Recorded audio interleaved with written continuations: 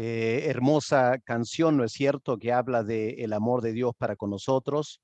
Y esta tarde vamos a estudiar el capítulo 13 de Zacarías. Así que vamos a pedir a uno de ustedes que quisiera leer para nosotros el capítulo 13 de Zacarías. 9 versículos. ¿Quién se anima a leer?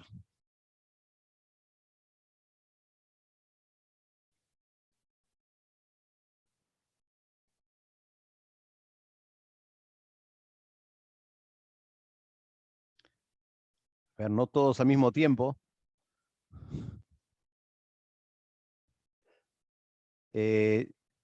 Jonathan creo que me está ayudando con el sonido. Parece que no pueden prender su micrófono. Sí, gracias, Carolina. A ver si pueden probar. Ya. Ahora sí. Ahora sí. Yo leo, pastor. A ver, ¿quién dice? ¿Quién dijo yo? Yo.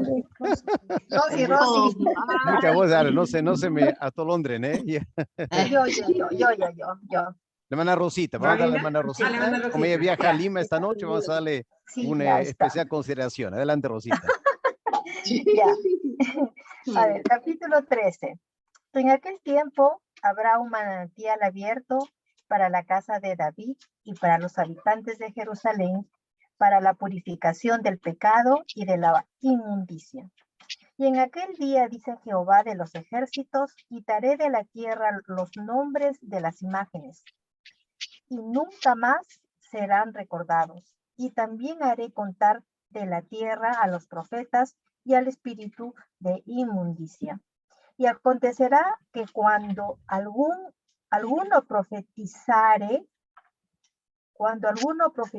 aún, le dirán su padre y su madre que lo engendraron: no vivirás, porque has hablado mentira en el nombre de Jehová. Y su padre y su madre que lo engendraron le traspasarán cuando profetizare. Y sucederá en aquel tiempo que todos los profetas se avergonzarán de su visión cuando profetizaren, ni nunca más vestirán el manto velloso para mentir. Y dirá: no soy profeta, labrador soy de la tierra, pues he estado en el campo desde mi juventud. Y le preguntarán: ¿qué heridas son estas en tus manos? Y él responderá: con ellas fui herido en casa de mis amigos. Levántate, oh espada, contra el pastor y contra el hombre, compañero mío, dice Jehová de los ejércitos. Hiere al pastor y serán dispersadas las ovejas. Y haré volver mi mano contra los pequeñitos. Y acontecerá en toda la tierra, dice Jehová, que las 2/3 partes serán cortadas en ella y se perderán, mas la tercera quedará en ella. Y meteré en el fuego a la tercera parte y los fundiré como los funde la plata, y los probaré como se prueba el oro. Él invocará mi nombre y yo le oiré y diré: pueblo mío. Y él dirá: Jehová es mi Dios. Bien, gracias, Rosita. Ahora vamos a preguntar otra vez, como venimos haciendo, hermanos, ¿ya? Este capítulo, ¿cómo lo entienden? ¿Qué partes se entienden? ¿Qué partes no se entiende? ¿Reconocen palabras aquí? ¿Han escuchado en algún momento? A ver, ¿qué dicen, hermanos?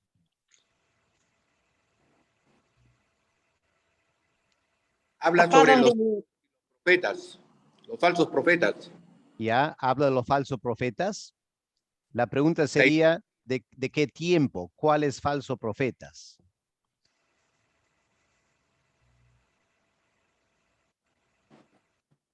Lanzo la pregunta nomás. No, el hermano tiene razón, ya está hablando de falsos profetas. Es un tema aquí. ¿Algo más? Parece que Cuando es el pasen día. a las ovejas, cuando A ver, un momento, hermano Luis primero, luego la hermana Asunta. Hermano Luis.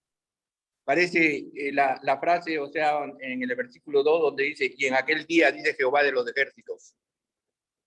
¿Y cuál Parece sería que aquel día? está en cuando venga Dios nuevamente, cuando venga Jesús nuevamente. Ok, ya, muy bien, gracias. Hermana Asunta. Cuando ahí dice cuando hiera el pastor y serán dispersadas las ovejas. Es cuando a él le toman prisionero en Getsemaní.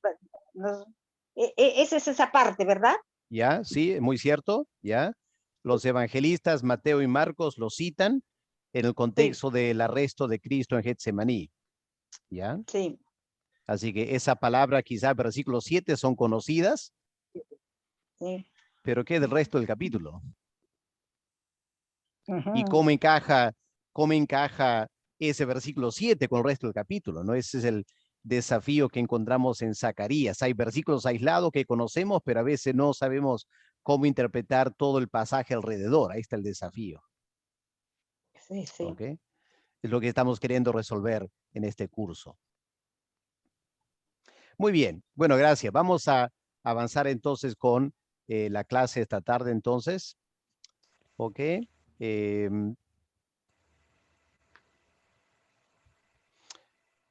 el capítulo 12, vamos a hacer memoria un momento, ¿ya? En el capítulo 12, espero que se acuerdan, Dios prometió salvar al pueblo de Israel representado por la ciudad de Jerusalén, ¿no es cierto?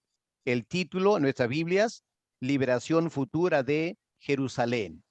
Pero hay que recordar que aquí la palabra Jerusalén representa a todo el pueblo de Israel. Ahora, ¿en qué momento Dios va a salvar a Jerusalén o a Israel?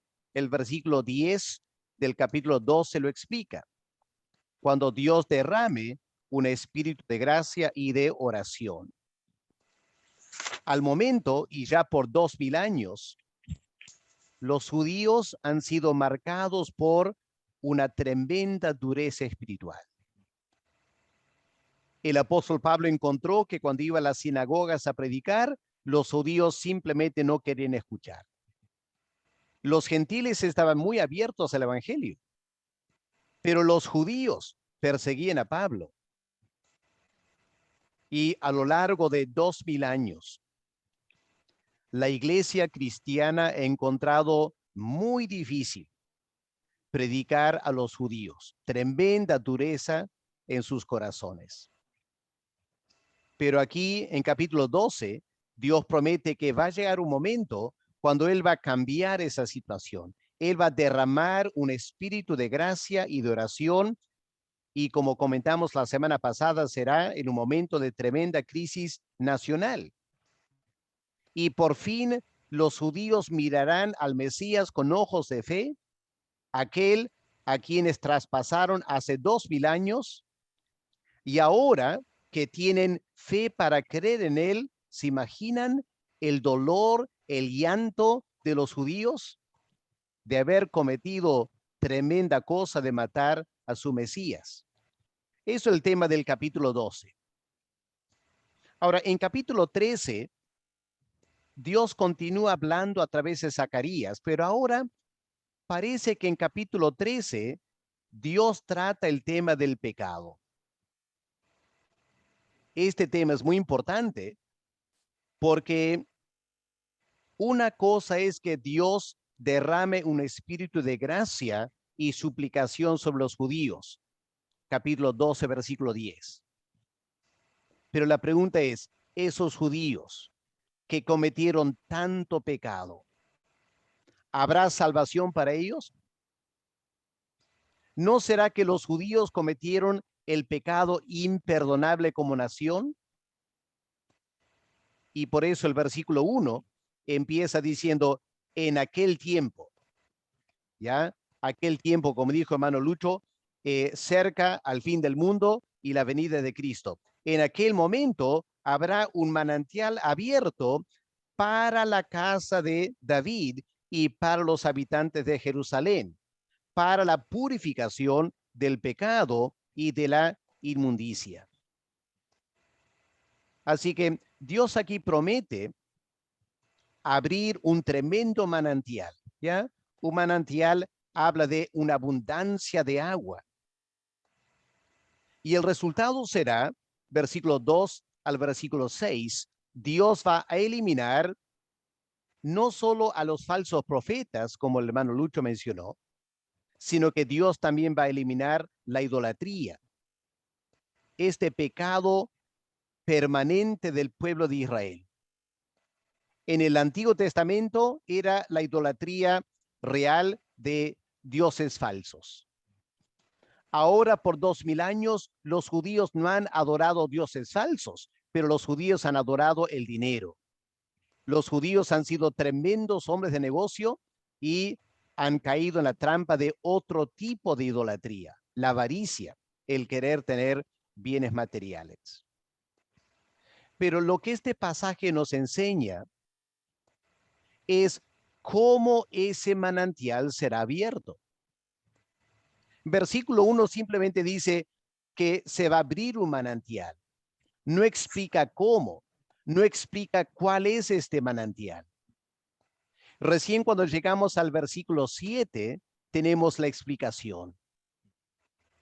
El manantial para el perdón de los pecados será abierto cuando el pastor sea muerto, el sufrimiento del pastor.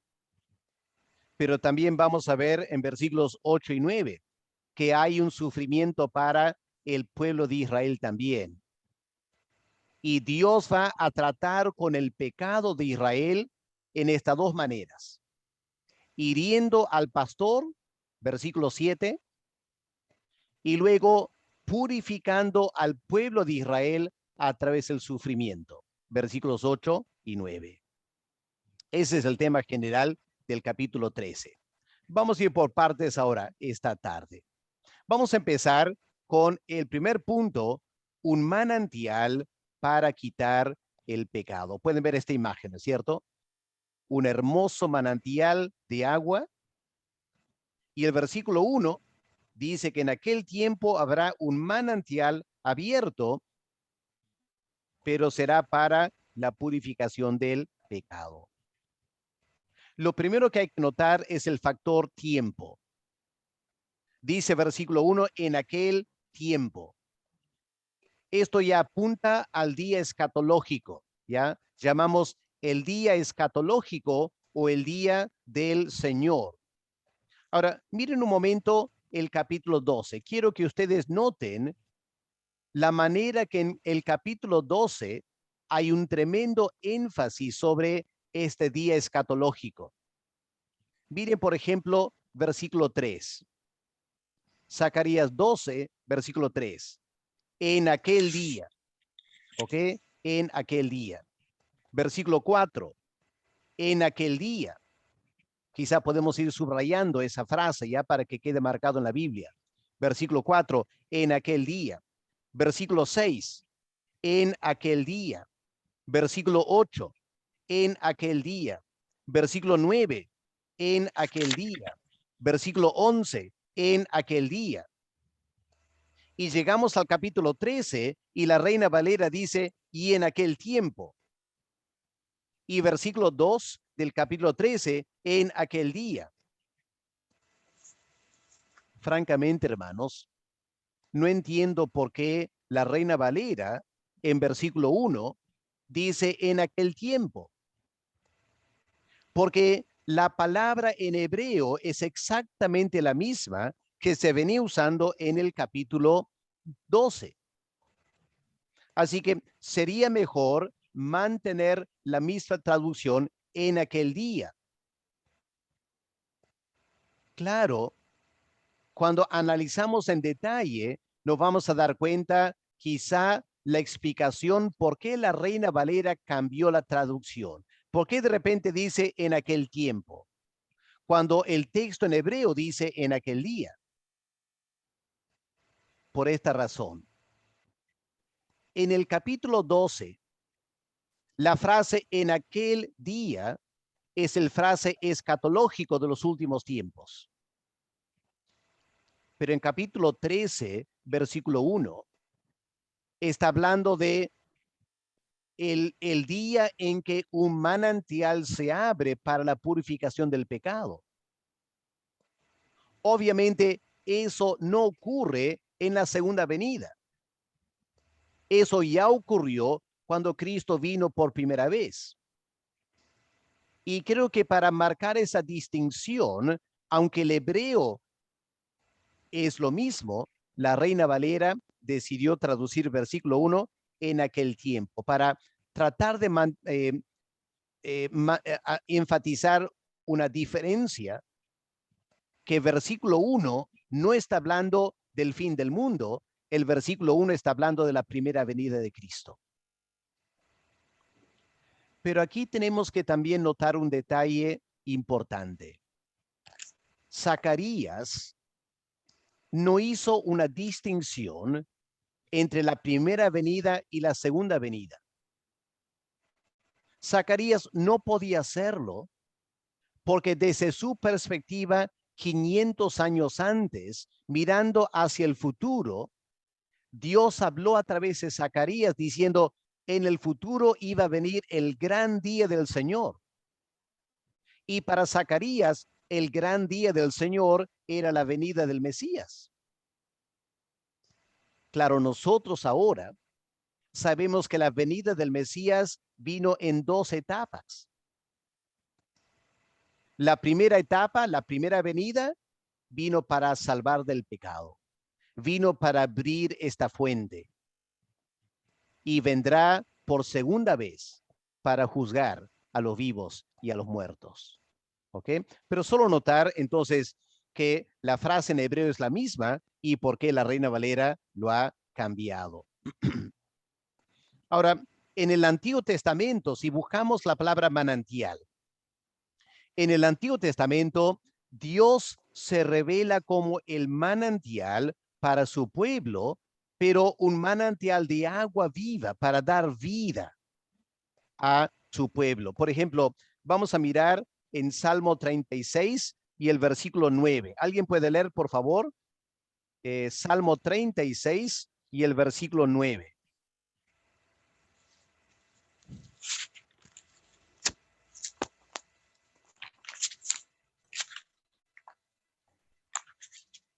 ¿Quién puede leer? Porque Yo contigo leo. está el manantial de vida. En tu luz veremos la luz. ¿Ok? Entonces, contigo está el manantial de vida. Dios es un manantial de vida para el pueblo. Vamos a Jeremías 17 y el versículo 13. Otra persona podría leer Jeremías 17, el versículo 13.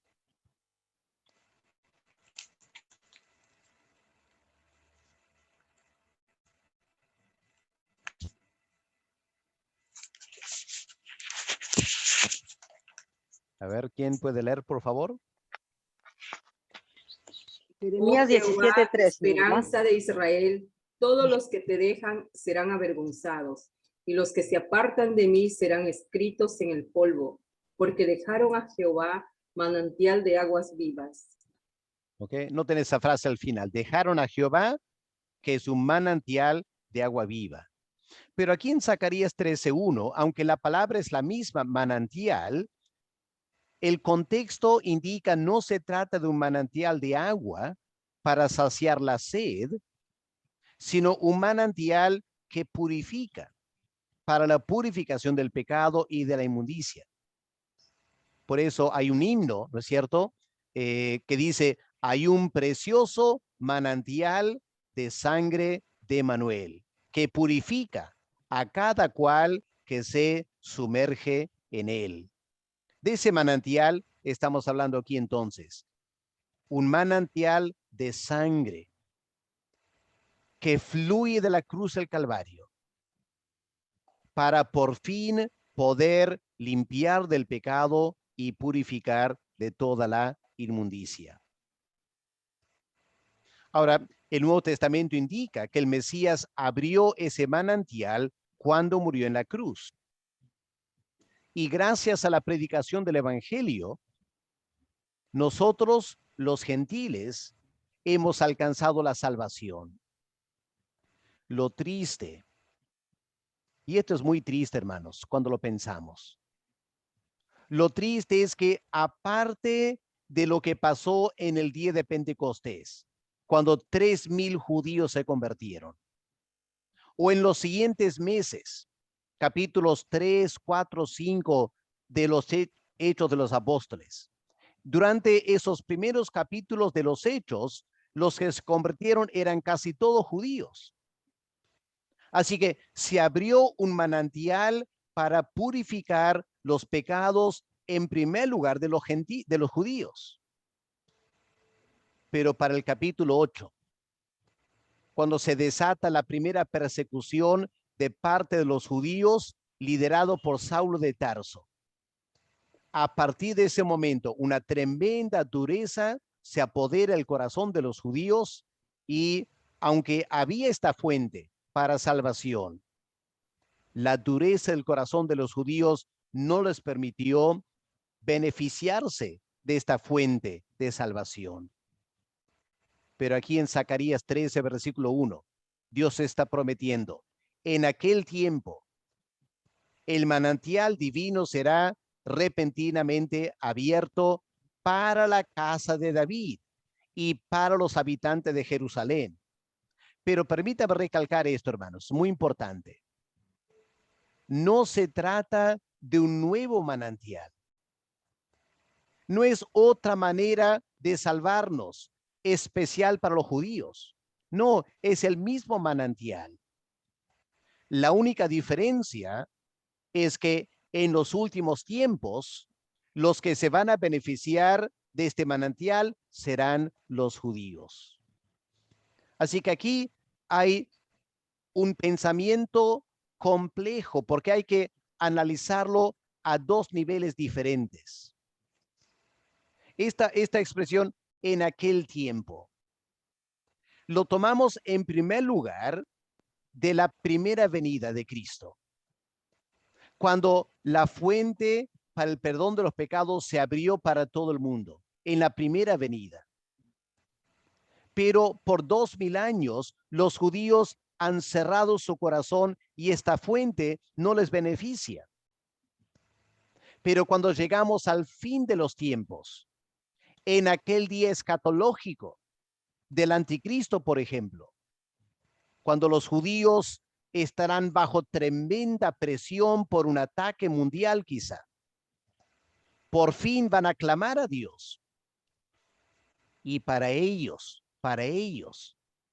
el manantial de Cristo será abierto para limpiar sus pecados. ¿Ok? Espero que podamos mantener esa distinción y entender esa distinción ahí. ¿Ok?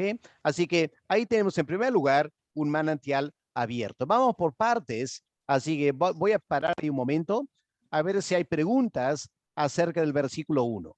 ¿O está claro el versículo 1? Pastor, una pregunta. Adelante. O sea, ¿los judíos que murieron van a ser salvos? Los judíos que murieron no aceptando a Cristo, no van a ser salvos. No serán salvos. Solamente el remanente. Solamente el remanente de judíos que creyeron en Cristo. Ya. Gracias. Y lo triste, ¿no? Triste que por 2000 años el pueblo de Dios, los judíos, el antiguo pueblo de Dios, no han gozado la salvación. Generación tras generación, poquísimos creyentes entre los judíos. Pero es el plan de Dios para que la salvación se extienda a nosotros, los gentiles. ¿Ok? ¿Otra pregunta?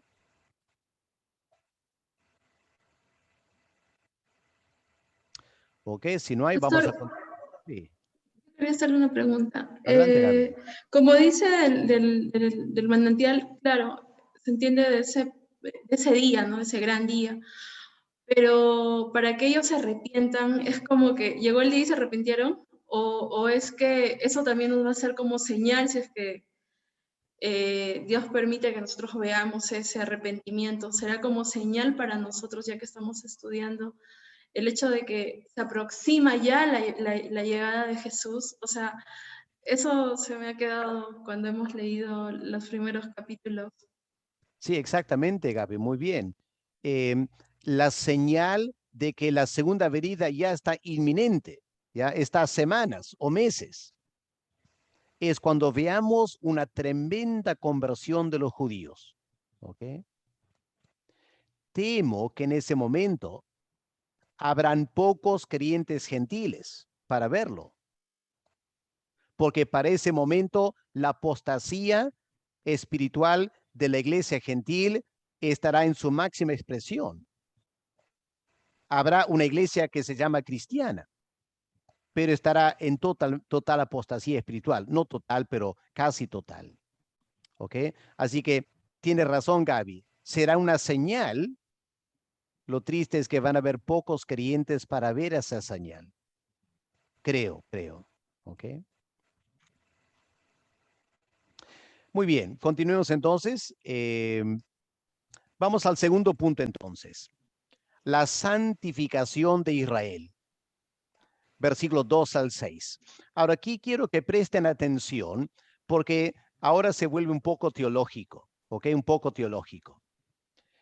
El pecado tiene dos aspectos que es importante distinguir. ¿Ok? Dos aspectos. El aspecto legal y el aspecto vivencial. A ver si podemos entender estos dos aspectos del pecado, el aspecto legal y el aspecto vivencial. ¿Cuál es el aspecto legal? Es la condenación que conlleva el pecado. ¿Ok? El pecado nos condena delante de Dios. Ese es el aspecto legal. Ahora, noten que esa condenación es independiente de qué pecados cometemos o cuántos pecados cometemos. Basta con haber cometido un pecado. Adán y Eva. ¿Qué gran pecado cometieron Adán y Eva? Comieron un fruto de un árbol. No parece gran pecado, ¿no es cierto? Pero ese pecado produjo una condición legal delante de Dios de ser pecadores. ¿Ok? Así que, hermanos, aquí no importa si pecamos mucho o poco. Todos estamos en la misma condición. Hemos pecado. Y delante de los ojos de Dios somos culpables. ¿Ok? Ese es el aspecto legal. Aquí no hay nadie que sea más culpable que otro. No, en el asunto legal todos somos iguales. No importa si cometas poco o muchos pecados. En el aspecto legal, todos estamos en la misma condición. Pero luego hay el aspecto vivencial. La manera en que el pecado se manifiesta en la vida de cada uno. Eso es diferente, ¿no es cierto? Cómo el pecado se manifiesta es muy diferente entre una persona y otra persona. Hay personas que aparentemente son muy buenas, son dadivosas, tienen una buena vida matrimonial, de repente tienen buena vida familiar. De repente en esas personas los pecados se manifiestan en cosas como el orgullo, la jactancia, el resentimiento, esa clase de pecado. Por otro lado, hay personas en quienes el pecado se manifiesta en violencia, en asesinatos, en toda clase terrible de comportamiento. Ya, ese es el pecado vivencial. Ahora, Dios tiene que tratar con ambos aspectos del pecado. No sé si han pensado en eso. Pero para salvarnos, Dios tiene que tratar con ambos aspectos, el aspecto legal y el aspecto vivencial. Ahora, ¿cómo trata Dios el aspecto legal del pecado? La palabra justificación, la doctrina de la justificación, trata con el asunto legal. Antes de confiar en Cristo, estoy bajo condenación por ser un pecador.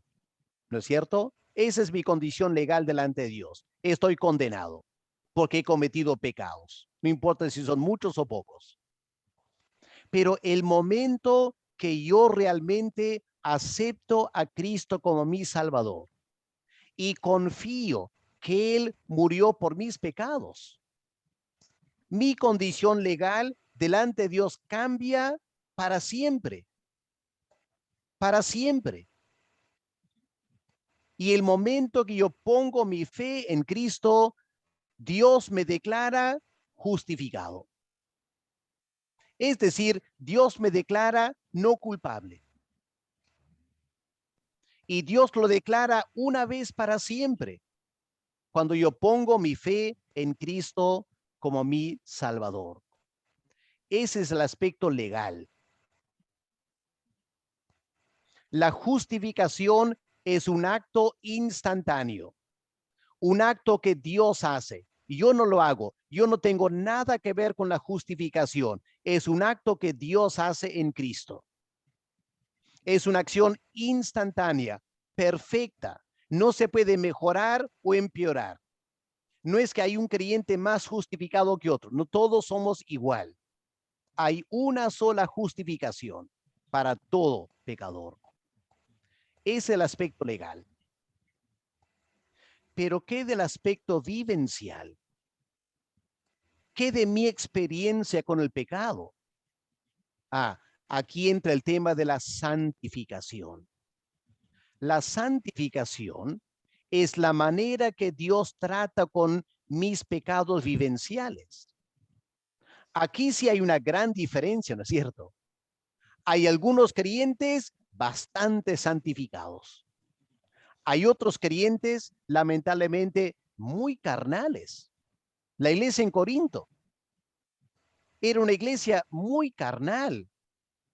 Eran creyentes y eran justificados delante de Dios.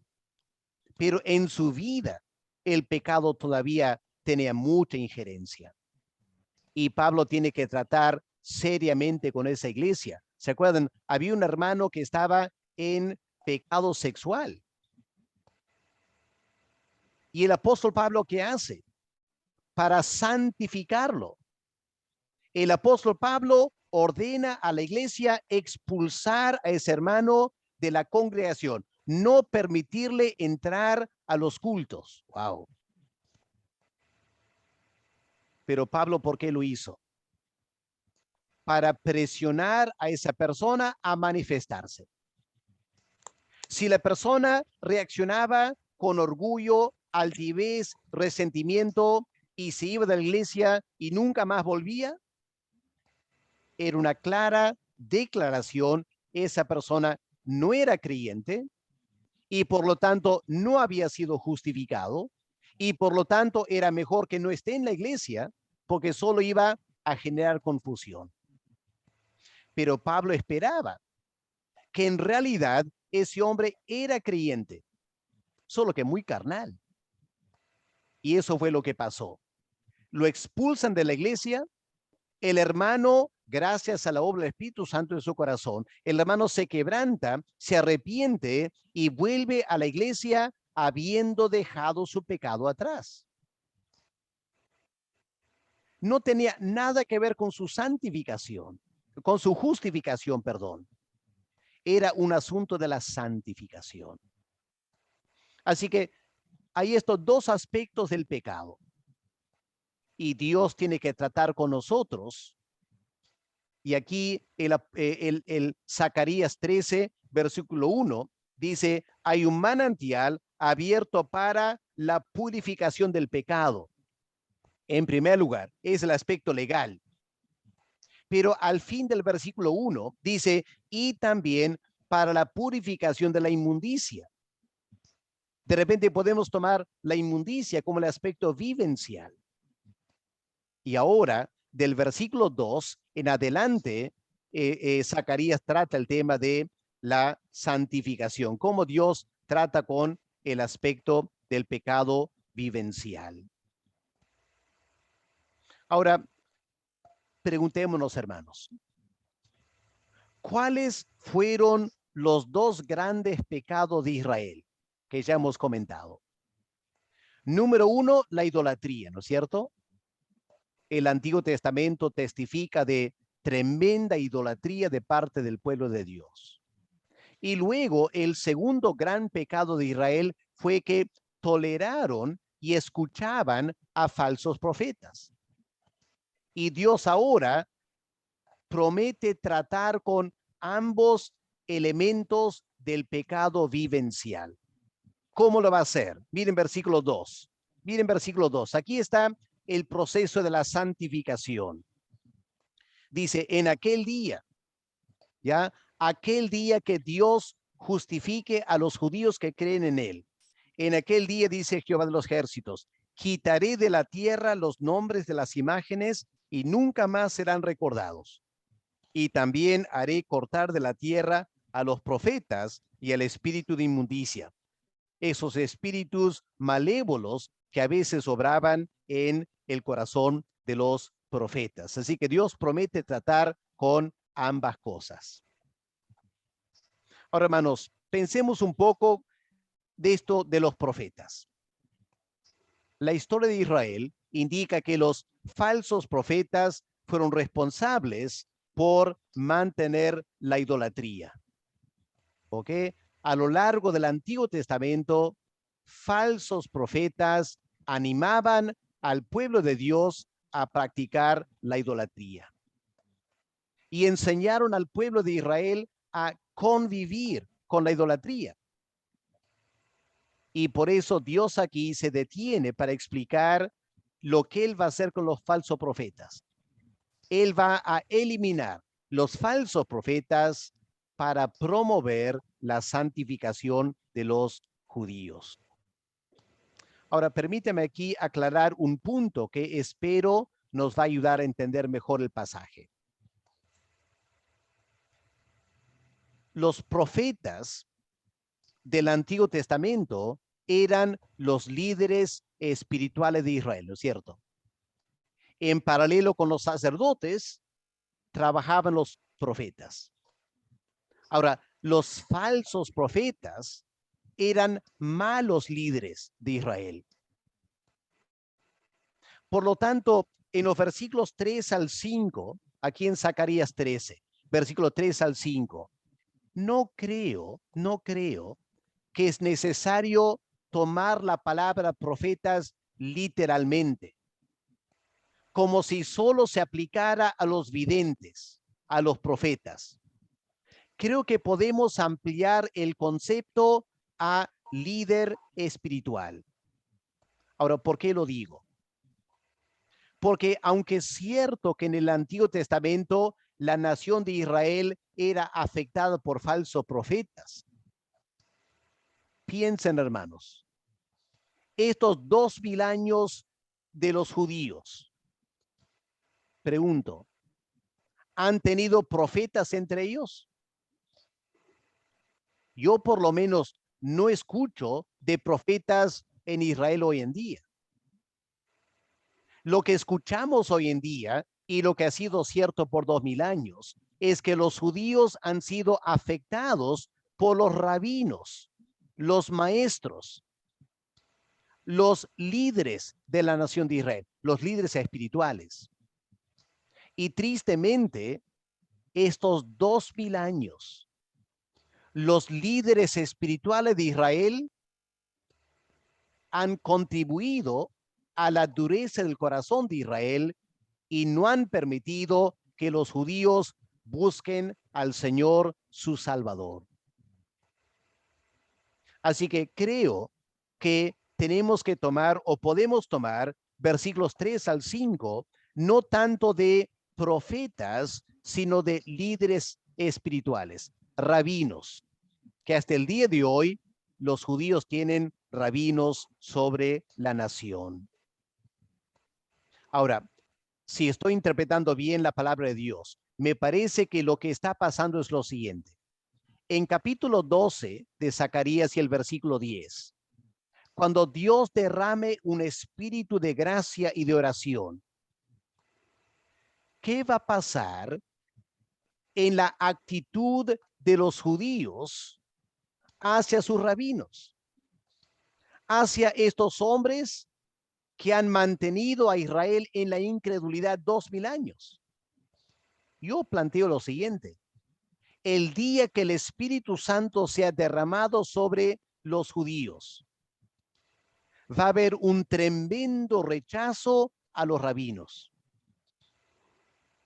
Y a los rabinos por 2000 años, que han mantenido a los judíos en ignorancia. Es parecido a lo que un evangélico muchas veces siente cuando se convierte del catolicismo. Pueden pensar quizás, o podría ser tu experiencia. Antes de conocer al Señor, fuiste un devoto católico y estabas pendiente del sacerdote, apoyando al sacerdote, escuchando al sacerdote, y un día escuchas el evangelio y te conviertes. Ahora, ¿qué piensas de ese sacerdote católico que no te enseñó la palabra de Dios, que te enseñó a rezar a María, te enseñó a rezar a los santos, te enseñó del purgatorio, etcétera, etcétera? Yo he escuchado varios evangélicos decir que cuando se convirtieron, sintieron un odio, quizás no es la palabra correcta, ¿no es cierto? Porque no hay que odiar, pero un malestar fuerte contra esos sacerdotes. ¿Cómo es posible que esos sacerdotes católicos, que se supone conocen la Biblia, nos han mantenido en tanta ceguera espiritual? Ahora, eso planteo es lo que los judíos van a sentir de sus rabinos el día que el Espíritu Santo sea derramado sobre ellos. Y eso es lo que los versículos 3 al 5 está queriendo decir. Y el rechazo será tal que van a tratar a los rabinos como falso profeta y van a casi exigir la pena de muerte, por supuesto, no literalmente. Aquí habla de aún el papá y la mamá van a querer matar a sus hijos si son rabinos. No literalmente, pero creo que Dios está queriendo transmitir el repudio, el rechazo total hacia sus antiguos rabinos el día que Dios derrame su gracia sobre el pueblo de Israel. Y esos rabinos que hasta ese momento habían estado enseñando y ganando su vida enseñando al pueblo de Israel, ¿qué va a pasar? Miren versículo 5, ¿qué dice Zacarías 13:5? Y dirá: no soy profeta, labrador soy de la tierra, pues he estado en campo desde mi juventud. Bueno, claro, Zacarías está hablando en su contexto. El tiempo de Zacarías, ¿cómo se ganaba la gente la vida? Trabajando el campo. Hoy en día, en las ciudades, la gente no gana su vida trabajando el campo. Pero Zacarías está expresando en términos de su contexto histórico. Lo que el versículo 5 estaría diciendo quizás es lo siguiente: el día que Dios derrame su espíritu sobre los judíos, los antiguos rabinos que se dedicaban a enseñar a Israel van a sentirse tan avergonzados por lo que hicieron que van a abandonar el ser rabino y van a adoptar cualquier trabajo, cualquier profesión por vergüenza de haber engañado a los judíos por tanto tiempo. Y en esta manera, Dios estará tratando la santificación del pueblo de Israel. ¿Ok? Vamos a parar un momento para ver si hay preguntas de este segundo punto, ¿ya? ¿Hemos entendido este segundo punto o preguntas que quieren hacer?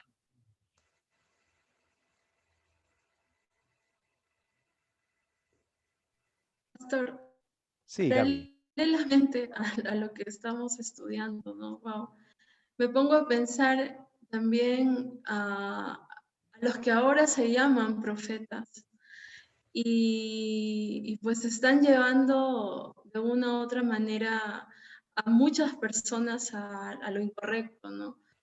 Y a la idolatría, cuando estamos leyendo, pues llamo a esto de estas iglesias que cada día son más fuertes en cuanto a la prosperidad, ¿no? Que te desvían de que todo se centra en ti mismo, ¿no? De que tienes que tener y todo lo demás, tienes que prosperar, no espiritualmente, sino tu bendición se mide de acuerdo a las riquezas, a la posición y todo lo demás que esto conlleva, ¿no? Y supuestamente son profetas de Dios que profetizan sobre la vida de personas, desviándolas, pero también me pongo a pensar de que también hay una parte, en una parte de la Biblia también dice que ellos son llevados, seducidos por el escozor de los que ellos quieren, ¿no? Escuchar.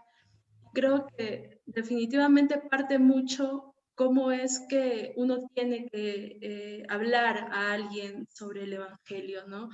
Empezar primero de reconocer, como usted nos está enseñando sobre el pecado, ¿no? Que somos pecadores y que necesitábamos de la intervención de Dios, ¿no? De salvarnos de Él mismo, ¿no? Y la verdad, claro, en este tiempo no solamente vemos cómo está la iglesia en estos momentos, ¿no? Porque yo recuerdo que antes de la pandemia, a veces tengo amistades que van a diferentes iglesias y publicaban, ¿no? Que profetizaban para ese tiempo que iba a venir muchas cosas extraordinarias, ¿no? Pero, wow, digo, ¿cómo es que aún ellos siguen creyendo en estas personas, en estas mujeres que profetizan supuestamente y la condición en la que estamos? ¿Será que Dios, me hago responsable de lo que digo, será que Dios también está llevándonos a nosotros, a ese pequeño remanente? Porque yo estoy segura que aún en este tiempo hay un pequeño remanente que sí está oyendo la voz de Dios, ¿no? Y que pese a lo que de repente escucha falsamente los demás, estamos diciendo, wow, o sea, estamos volteando y nos está llevando pues al arrepentimiento, ¿no? Que es a nuestra santificación y a la oración, ¿no? A que Dios nos dé entendimiento de este tiempo en el que estamos viviendo, ¿no? Eso sería. Gracias, Gaby. Bueno, lo que tú dices es interesante porque indica lo que el apóstol Pablo afirma en 1 Corintios, cuando dijo que todas las cosas que pasaron a Israel ocurrieron como un ejemplo para nosotros, la iglesia, para amonestarnos. ¿Qué está diciendo Pablo? Bueno, exactamente lo que tú has comentado. Cuando miramos el Antiguo Testamento, vemos cómo Israel se dejó llevar por falsos profetas que profetizaban lo que la gente quería escuchar. Y esos profetas se ganaban dinero y prometían lluvia y todo lo demás al pueblo falsamente. Eso produjo ¿qué? Apostasía espiritual y el juicio de Dios. Entonces, no es nada raro que vemos eso en la iglesia ahora. Porque ahora estamos yendo rápidamente hacia el fin del mundo. Y es como un espejo que se está invirtiendo. La iglesia ha gozado 2000 años de tremenda libertad, el evangelio sano, etcétera, pero nos estamos acercando al fin y, interesante, se están manifestando falsos profetas en la iglesia, llevando la iglesia al materialismo y a la idolatría, que va a producir apostasía espiritual, que va a traer el juicio de Dios sobre el planeta Tierra. Y en ese contexto de la apostasía de la iglesia y el juicio final, los judíos se van a arrepentir y van a buscar a Dios. ¿Ok?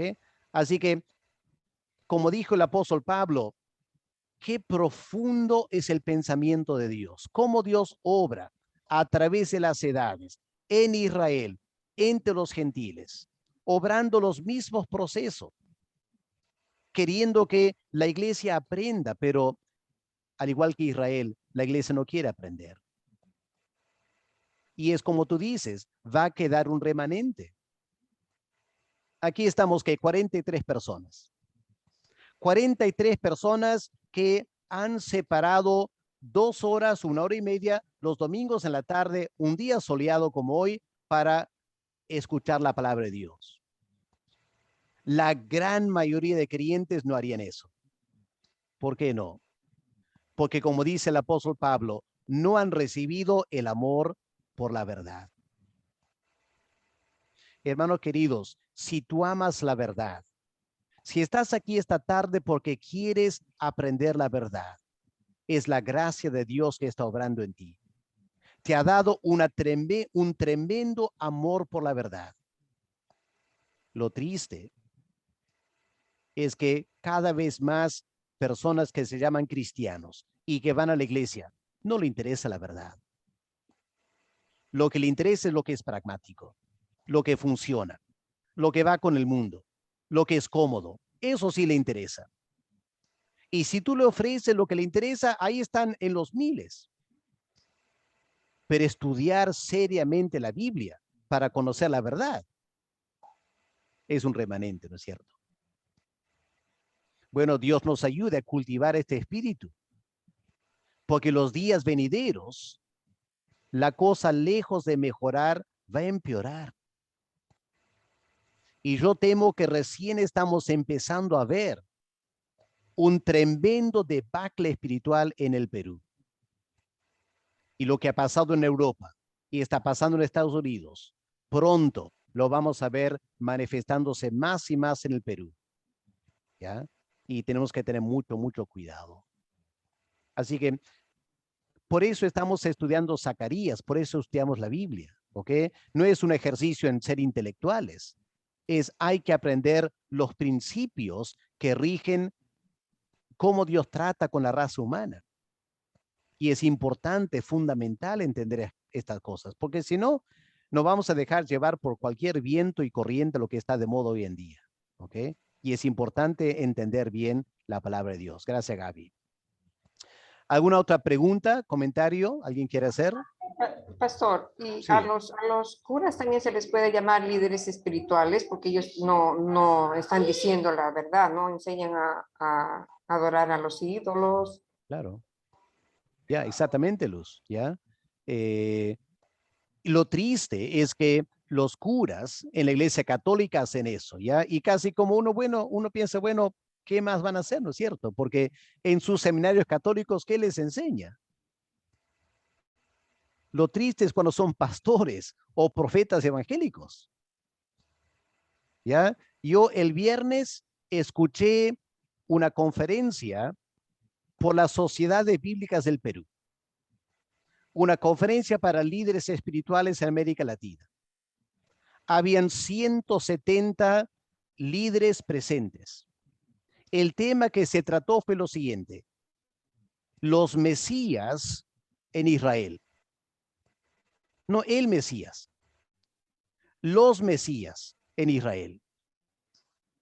Y de frente, lo primero que él dijo en la introducción es que Isaías fue escrito por 3 personas diferentes. Habían 3 Isaías: proto-Isaías, deutero-Isaías, trito-Isaías. Ahora, cuando yo estudié en el seminario hace 35 años, tuve que estudiar eso porque es teología liberal.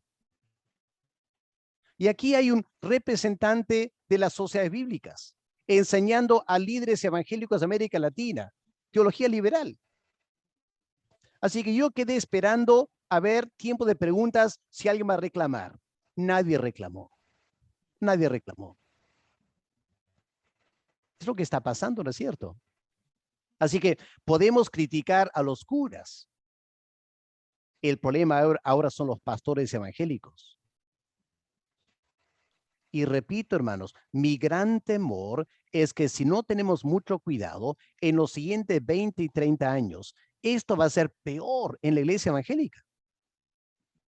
Pastores que ya no conocen la Biblia, pastores que no predican la Biblia, pastores que han sido contaminados con toda clase de teología liberal, a veces ni entendiendo las implicancias de lo que están creyendo.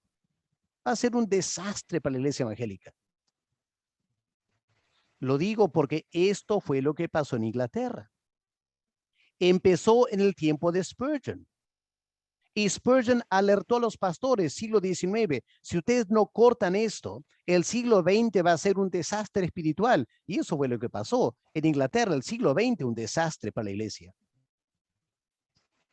Por eso, hermanos, me van a perdonar, pero yo siento una profunda carga por la iglesia evangélica en América Latina. ¿Ya? Y el problema, Luz, no es solo los curas. ¿Ya? Yo casi no tengo preocupación por los curas. Lo que me preocupa son pastores que se llaman evangélicos, que no predican la Biblia y que muchos están contaminados con teología liberal. ¿Ok? Y el peligro para la iglesia evangélica más adelante. Amén, pastor. Ok, vamos al tercer punto esta tarde para terminar. Porque la pregunta ahora es, ¿cómo se abre este manantial? El versículo 1 dice, un manantial será abierto, pero versículo 1 no explica cómo. El versículo 7 está. ¿Qué dice versículo 7? Levántate, oh espada, contra el pastor y contra el hombre compañero mío, dice Jehová de los ejércitos. Hiere al pastor y serán dispersadas las ovejas y haré volver mi mano contra los pequeñitos. Lo que el versículo 7 está diciendo es lo siguiente, hermanos. Dios va a abrir un manantial para tratar con el pecado. Pero alguien va a pagar un tremendo precio. ¿Quién va a pagar el precio por ese manantial? El pastor. Pero también el mismo pueblo de Israel va a pagar un precio muy alto para la salvación. Vamos a ampliar esto ahora. En primer lugar, el precio para el pastor. Es un poco enigmático, ¿no es cierto? De repente Zacarías, sin mayor explicación, dice, levántate, oh espada, contra el pastor. Y la pregunta que uno se hace es, ¿de qué espada está hablando? ¿De qué pastor está hablando? Zacarías no lo explica. Nosotros sabemos porque en Mateo y en Marcos, los autores de los evangelios citan este versículo y lo aplican al Señor Jesús. Así que cuando estamos estudiando versículos como el versículo 7, que aparecen de la nada en el Antiguo Testamento y el Nuevo Testamento nos indica que aplican a Cristo. Lo que hay que hacer, y es difícil, reconozco, es hay que estudiar todo el Antiguo Testamento y ver qué partes del Antiguo Testamento tenemos que traer a este versículo para interpretarlo bien. En primer lugar, ¿de qué pastor se trata? ¿De qué pastor? Bueno, noten que no es cualquier pastor. Ahora, la Reina Valera dice, levántate, oh espada, contra el pastor. Pero si estás usando una versión diferente de la Biblia, es muy probable que en tu versión dice, levántate, oh espada, contra mi pastor. Mi pastor, porque es lo que dice el texto en hebreo. No es cualquier pastor entonces. Jehová de los ejércitos habla de mi pastor. Pero miren, en segundo lugar, esta frase extraordinaria. No sé si lo han notado. Hay que colorearlo y marcarlo en la Biblia. Porque dice, contra el hombre, compañero mío. ¿Y quién está hablando? Jehová de los ejércitos. Tiene un compañero. ¿Qué significa esto? En primer lugar, note que la palabra en hebreo para hombre no es la palabra normal para un varón, ¿ya? Un varón masculino. No es la palabra normal. Es una palabra que puede significar un hombre, un varón, pero tiene la connotación de un varón fuerte, un varón valiente. La palabra en hebreo es geber. Y va de la mano, está vinculada con Gibor, la misma raíz de consonantes en hebreo. En Ruth capítulo 2, versículo 1, esta palabra Gibor se usa de voz. Dice, había en Belén un hombre rico, un hombre poderoso, un hombre valiente, un hombre que se destacaba de los demás. Y esta es la palabra que se usa aquí. ¿Quién es el pastor? Es un hombre que se destaca de los demás. ¿Y por qué se destaca? Porque es compañero mío. La palabra compañero en hebreo significa asociado o vecino. Aparte de este texto en Zacarías, el único libro en toda la Biblia donde esta palabra aparece es Levítico. Y hay varios textos en Levítico donde esta palabra se usa para el concepto de prójimo. No hacer mal a tu prójimo. Ahora piensa, hermanos. En Israel, ¿quién era tu prójimo? Bueno, tu vecino. ¿Y la palabra prójimo qué significa? ¿Qué da a entender la palabra prójimo? Da a entender alguien igual que tú. Del mismo valor, del mismo rango, un ser humano. Y como está a tu nivel, tú debes tratarlo bien porque es tu prójimo. Y aquí, hermanos, un versículo que afirma la deidad de Cristo. Porque claramente el pastor es Cristo. Pero Dios el Padre, Jehová de los ejércitos, lo describe como el hombre compañero mío, mi prójimo. Mi prójimo. Qué hermoso versículo, ¿no es cierto? Para recordar cuando estamos hablando con los testigos de Jehová o con personas que niegan la deidad de Cristo. Ahora, ¿cuál es la espada que se levanta contra el pastor? Bueno, en primer lugar, noten que esta espada se levanta bajo las órdenes de Dios. Versículo 7 es una orden. Levántate, oh espada. Levántate. Levántate contra el pastor. Ataca al pastor. Hiere al pastor. Dios el Padre está dando la orden. Esta espada es la espada del juicio de Dios. Y en Isaías 53, versículo 10, tenemos la explicación, donde el profeta dice, Jehová quiso quebrantarlo. Jehová se propuso quebrantarlo. Era la única manera que este manantial para quitar el pecado se podría abrir. ¿Se acuerdan una vez cuando Israel estaba en el desierto y les hacía falta agua? ¿Qué le dijo Dios a Moisés? Habla a la roca y saldrá agua. Y Moisés fue y golpeó la roca y salió agua. Cristo es la roca, ¿no es cierto? Cristo es nuestra roca. Cristo es la peña de Oreb. Y de la peña de Oreb está brotando salvación. Pero para que esa roca, Cristo, pueda darnos salvación, Dios el Padre ordena a la espada y hiere al pastor. Una herida mortal en la cruz del Calvario para abrir una fuente para limpiar el pecado de la raza humana. Qué tremendo versículo, ¿no es cierto? Para memorizar el versículo 7. Ahora, como consecuencia, cuando el pastor se ha herido, ¿qué va a pasar con las ovejas? Las ovejas serán dispersas. Estas ovejas es Israel. Estas ovejas son judíos. En Ezequiel 34, Dios habla de Israel como ovejas. Los apóstoles eran judíos. Cuando arrestaron a Cristo en Getsemaní, ¿Qué pasó con los apóstoles? Se dispersaron. Cuando crucificaron a Cristo, los apóstoles no había, ¿no es cierto?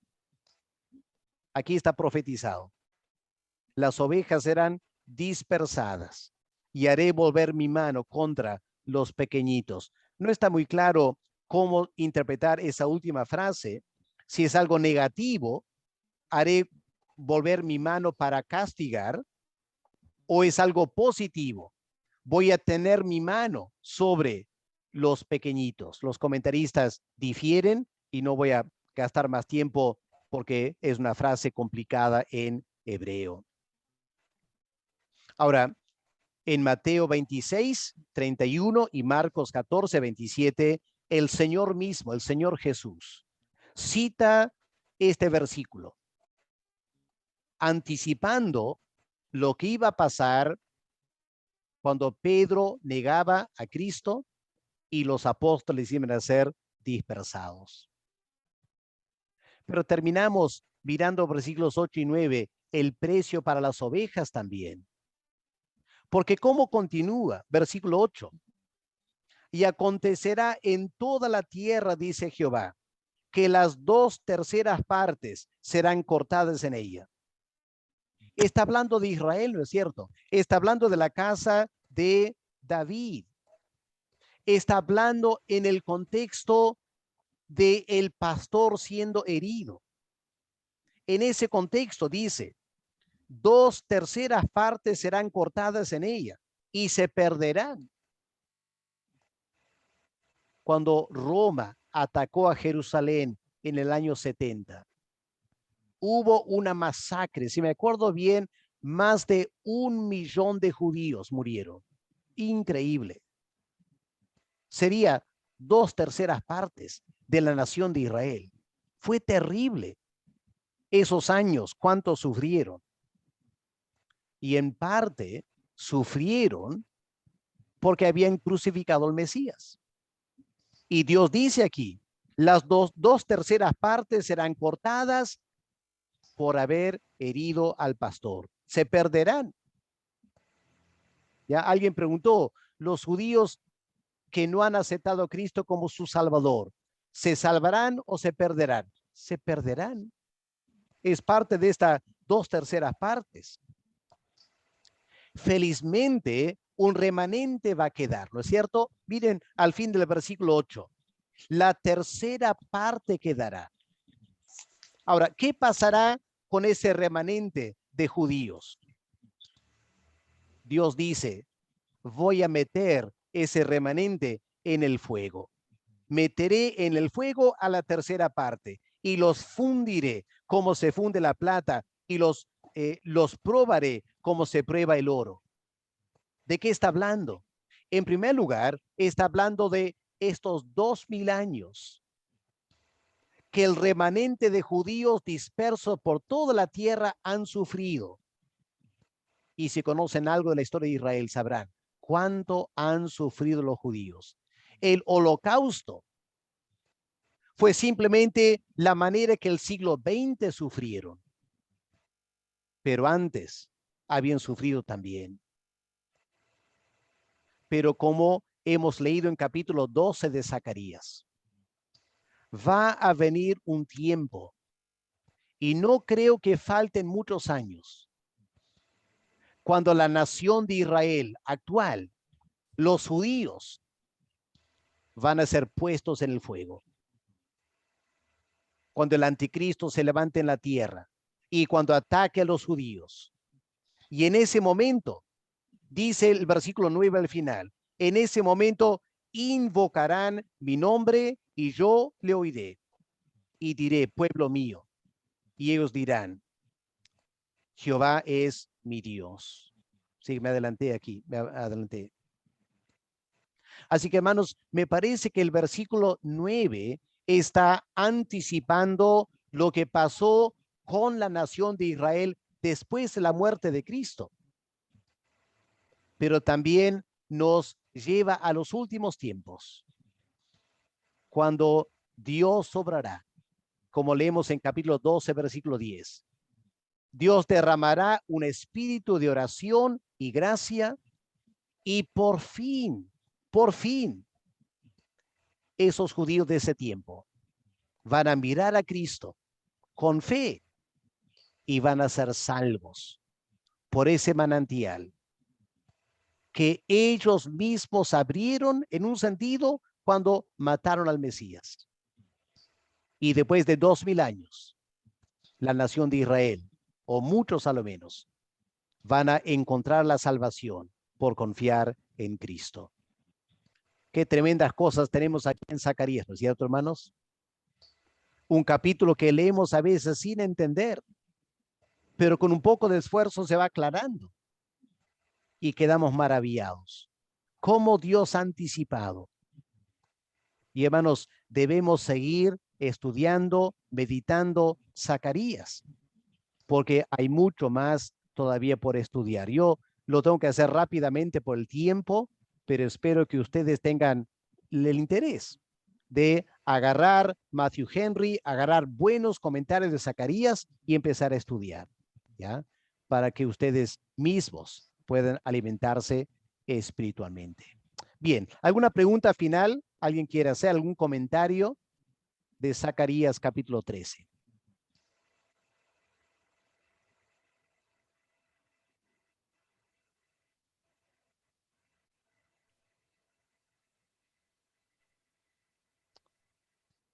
Ok, no sé si es muy fuerte para ustedes o fácil para entender.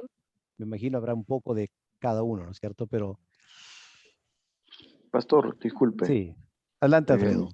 Sí, yo quería preguntar acerca de lo siguiente. Hay un grupo religioso actual, ¿no? Que le llama a Jesús Yeshua, ¿no? Ellos se visten con todos sus trajes, ¿no? Especiales, tienen el candelabro, ¿no? Antiguo. Pero ellos consideran que Jesucristo vino por ellos, no por los gentiles. Yo pregunto si ya esa es alguna forma en la que están despertando, porque o sea, ya aceptaron a Jesucristo totalmente, así como nosotros, pero ellos dicen, los gentiles están equivocados. Ellos dicen así, los gentiles están equivocados. O sea, Jesucristo ha venido por nosotros, hermanos. O sea, yo no sé qué espíritu les está hablando, pero o de repente es alguna forma en que es una primera etapa en la que están despertando, porque yo digo, ¿de qué manera de un momento a otro alguien va a recordar a Jesucristo cuando desde un inicio lo radicaron, desde un inicio no lo aceptaron y ha pasado cuántas décadas, cientos de años y que actualmente cuando los entrevistan, actualmente, ¿no? Siempre es un sarcasmo para Jesucristo. Y les preguntan, ¿pero cómo cree usted que va a venir Jesucristo? ¿Cómo? No, pues, o sea, cuando venga, pues va a ser algo fantástico, ¿no? Pero lo dicen de una manera, pues así, ¿no? Bien superficial, ¿no? Además, cuando comentan sobre Jerusalén, dicen, Jerusalén no es como la mayoría piensa de repente, ¿no? Judíos, ¿no? Y solamente hay las iglesias únicas. Aquí hay de todo. Aquí hay bastantes religiones y todas están juntas unas con otras, ¿no? Hay adoraciones distintas. Sí, ellos han aceptado de todo. Entonces yo digo, ¿quién los va a despertar? O sea, de frente Dios utiliza instrumentos también. Pregunto si este tipo de grupo que ya creyó en Jesucristo a lo mejor es una forma de ir conociendo, haciéndolos recapacitar a los otros que son sus hermanos, ¿no? Bueno, gracias por la pregunta, Alfredo. En realidad, uno tiene que distinguir entre dos grupos diferentes. Hay judíos que en alguna manera han creído en Cristo y se llaman judíos mesiánicos, ¿ok? Judíos mesiánicos que creen en el Mesías, que Jesús es el Mesías. Pero hay que distinguir ese grupo de judíos convertidos de gentiles que se llaman mesiánicos. O sea, no son judíos, pero quieren como agarrarse del judaísmo y empiezan a usar nombres como Yeshua y el candelabro y otras cosas como para decir, nos estamos pegando a las raíces de la salvación y somos mejor que los demás evangélicos porque mira, somos mesiánicos. Nada que ver, son gentiles nomás. ¿Ya? Entonces uno tiene que distinguir de quién estamos hablando. Hay grupos judíos cristianos muy fuertes y muy buenos. ¿Ya? Y si usan el nombre Yeshua, no es ningún problema porque se asemeja más a cómo se podría hablar el arameo o el hebreo. Pero también hay que tener cuidado. Yo hace muchos años me puse a estudiar con un grupo de judíos mesiánicos. Y muy pronto me di cuenta que esos judíos mesiánicos no creen en la Trinidad. No creen en la Trinidad. Y no creen que Jesús es plenamente Dios. Ellos dicen el único eterno es Dios, Jehová. Y Jesús no es eterno como Jehová. Wow. Es una secta. ¿Ok? Es una secta. No han nacido de nuevo. ¿Ok? Porque no tienen la doctrina bíblica. Entonces uno tiene que manejar todo con cierto cuidado, ¿ya? Lamentablemente, Alfredo, hay mucha confusión y uno tiene que examinar con cuidado cualquier grupo y lo que están enseñando, ¿ok? Pero hay una tendencia, como tú dices, de estos grupos pensar que los gentiles somos creyentes de segunda categoría y que si el gentil quiere convertirse, tiene que volverse y apegarse al judío. El apóstol lo pegaría un grito al cielo y diría, ¿y para qué se dio el concilio en Hechos 15 y otras cosas, no? Así que no, hay una sola salvación para todos, seas gentil o seas judío. Y no porque eres judío eres más salvo o mejor, no. Como dice Pablo en Efesios, Dios tumbó la pared de separación para siempre entre judío y gentil. En Cristo no hay judío, no hay gentil. Hay solo salvos. ¿Ok? Así que no hay que dejarnos impresionar por gente que pretende que los judíos convertidos están más cerca de Dios que los gentiles. No, eso no tiene nada de bíblico eso. ¿Ok? Gracias, pastor. Gracias, Alfredo. Muy bien. Si no hay otra pregunta, lo dejamos ahí por esta tarde. Vamos a parar la grabación.